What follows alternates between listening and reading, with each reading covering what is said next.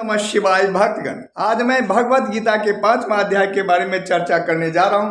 भगवत गीता का 5वां अध्याय कर्म संन्यास योग कहलाता है और यह कर्म त्याग और कर्मयोग के बीच तुलना करता है। इसमें भगवान श्री कृष्ण बताते हैं कि दोनों मार्ग एक ही लक्ष्य की ओर ले जाता है, लेकिन निष्काम भाव से कर्म करना अधिक श्रेष्ठ है। जो व्यक्ति कर्म के फलों को ईश्वर को समर्पित कर देता है, वह संसार में रहकर भी कर्मों के बंधन से मुक्त रहता है। जैसे कमल का पत्ता जल में रहकर भी उससे अछूता रहता है। इस अध्याय में आत्मज्ञान, स्थिर बुद्धि और समदृष्टि का महत्व भी बताया गया है।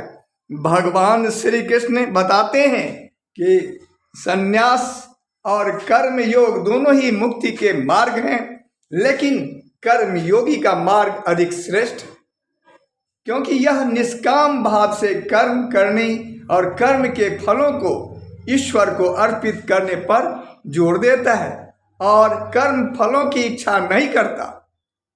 जो व्यक्ति अपने कर्मों को पूरी तरह से ईश्वर को समर्पित कर देता है, वह कर्मों और संसार के बंधनों से मुक्त हो जाता है और शांति प्राप्त करता है। इस प्रकार वह जीवन में रहते हुए भी अलिप्त रहता है। इस अध्याय में सुख दुख, मान अपमान, सफलता और असफलता जैसी सभी द्वंद्वों में समान भाव रखने पर बल दिया गया है। यह समदृष्टि ही आत्मिक मुक्ति का मार्ग है। इसके साथ साथ भगवान श्री कृष्ण बताते हैं कि जो व्यक्ति सब में आत्मा को देखता है तो उसकी बुद्धि अस्थिर होती है और वह शांत व समभाव में रहता है, वह ब्रह्म को प्राप्त करता है। यह अध्याय कर्म योग को ध्यान योग या भक्ति योग की ओर ले जाता है। इस अध्याय में कुछ प्रमुख श्लोक के बारे में चर्चा करने जा रहा हूं, जो इस प्रकार से है।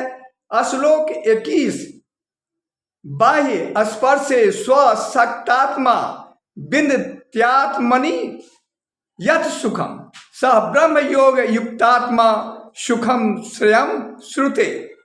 इसका अर्थ है कि भगवान श्री कृष्ण कहते हैं, जो लोग इंद्रिय सुखों में आसक्त नहीं होते हैं, मोहित नहीं होते हैं, तो वे आत्मा में ही आनंद पाते हैं और ब्रह्म योग से युक्त होकर अक्षय सुख का अनुभव करते हैं।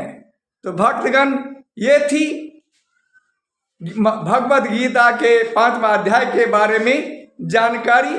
मेरा वीडियो अगर पसंद आवे तो मेरे चैनल को लाइक एवं सब्सक्राइब करें, साथ ही अपने साथियों को भी शेयर कर दें।